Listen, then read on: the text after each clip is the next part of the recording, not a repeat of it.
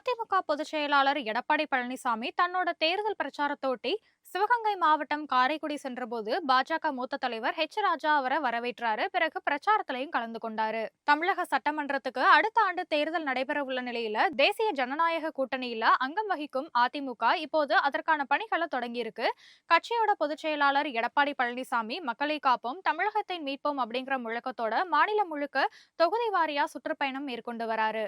அந்த வகையில சிவகங்கை மாவட்டத்துல சுற்றுப்பயணம் மேற்கொண்ட அவரு காரைக்குடியில திறந்தவெளி வேன்ல நின்னு பேசும்போது, பாஜக அப்படின்னா ஹிந்துத்துவா கட்சி அப்படின்னு சொல்றாங்க, தங்களுக்கு ஏதாவது ஒரு பிரச்சனை அப்படின்னா உடனே ஓடி போய் பாஜகவோட கதவு தான் திமுக தட்டுறதா மறைமுகமா விமர்சித்தாரு. திமுக கூட்டணி வச்சிருந்ததா பாஜக நல்ல கட்சி, அதுவே அதிமுக கூட்டணி வச்சா மதவாத கட்சியா அப்படின்னு கேள்வி எழுப்பிய எடப்பாடி பழனிசாமி பக்கத்துல நின்னுட்டு இருந்த பாஜக மூத்த தலைவர் ராஜாவை குறிப்பிட்டு, அண்ணா நீங்க பாஜக திமுக கூட்டணியில போயிட்டீங்களா இல்லையா அப்படின்னு கேட்க அவரும் ஆமா அப்படின்னு தலையசைத்தாரு.